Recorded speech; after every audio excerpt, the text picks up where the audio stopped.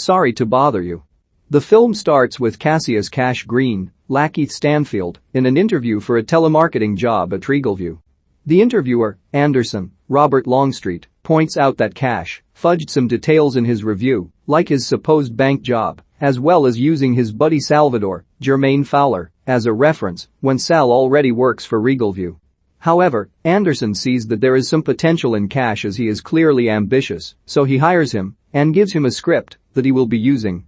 Cash lives in his uncle Sergio's, Terry Crews, garage with his girlfriend Detroit, Tessa Thompson, in Oakland, broke and down on his luck.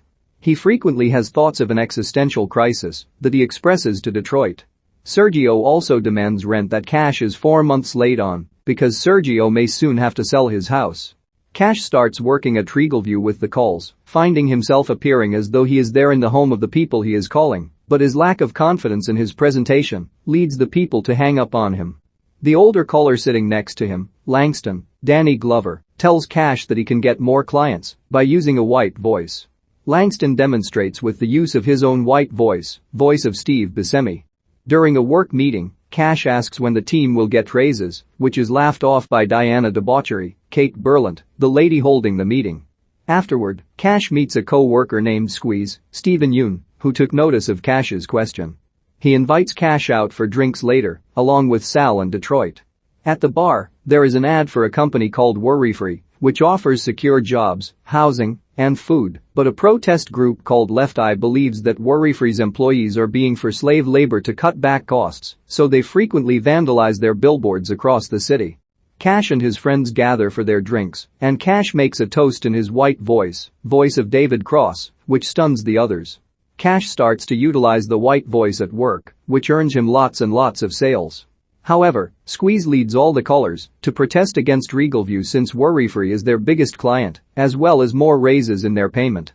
They lead a chant of "Fuck you, Regalview," leading the bosses to call Cash into their office. He starts to tell them off, but they tell Cash that his work has proven to be so exceptional that he is moving on up to the top floor reserved for power callers. As a power caller, Cash starts to make a lot more money. He is able to pay back Sergio in full, and he moves himself and Detroit into a swanky new apartment with a better bed, TV, and decorations. Because he is making so much more money, Cash ends up abandoning the workers' union, crossing their picket line to go to work, while claiming he will support them from the sidelines. This causes a rift between him, Sal, and Squeeze, and Detroit tells him that they are done if he continues to work for Regalview. On his way past the protest line, a Left Eye protester named Cynthia Rose, Indigo Jackson, tosses a soda can at his head, making her a viral sensation, while Cash becomes a laughingstock. Cash meets another power caller known as Mr. Omari Hardwick, his name gets bleeped whenever someone says it, who always speaks in his white voice of Patton Oswalt. He tells Cash that he can get him to meet with Steve Lift, Armie Hammer, the CEO of Worry-Free. Cash attends a performance art show held by Detroit. Using her own British white voice of Lily James, she tells the patrons that there are bowls filled with phones, bullet casings, and balloons filled with sheep blood that they can pelt her with as she recites lines from the film The Last Dragon. The people do so, and Cash is horrified to the point that he interrupts the show. Detroit tells him it's part of the show, and he leaves. Cash goes to a party at Steve's place with Mr. Everyone gets high on coke and has orgies. Steve asks Cash to rap, but he's bad at it, so he only sings "Nga shit. Nga shit. Nga shit," with everyone repeating it like it's a hot lyric. Steve asks Cash to meet with him in private. Before doing so, Mr. has a heart-to-heart with Cash as he drops his white voice for the first time. Steve offers Cash a line of coke before Cash asks to go to the bathroom. He goes into the wrong room and finds someone asking for help in a stall. Cash opens the door, and out falls a half-human half-horse monstrosity, along with other creatures just like him. Cash freaks out as Steve finds him. Steve explains that they are Equestrasapiens, and he shows Cash a video demonstrating Worry-Free's belief that humans can be used as tools for their own personal gain, and that the coke is the serum that causes the transformation, although Steve is adamant that he gave Cash regular coke. He offers Cash the chance to join, with the promise of $100 million and only having to be like that for 5 years before being given an antidote. Cash firmly refuses, and he walks out. After the performance show, Detroit is seen hooking up with Squeeze. Cash wakes up panicked, thinking he is still high. He talks to Detroit after thinking he has started to mutate. Detroit shows him a video from his phone that got lost, which shows the Equestrisapiens begging for help before Steve comes in and threatens to turn them to glue. Cash plans to expose Worry-Free with the video by going on a popular show called I Got the Shit Kicked Out of Me. Cash must subject himself to humiliation by getting beaten up on live TV before being dunked in a tank of actual shit before they play the video on his phone. The video only brings in good publicity for Worry-Free, sending their stocks soaring and making other crazy people see Steve as some sort of messiah. Cash only becomes even more of a laughingstock. Cash reconciles with Sal and Squeeze after enduring all of his recent drama.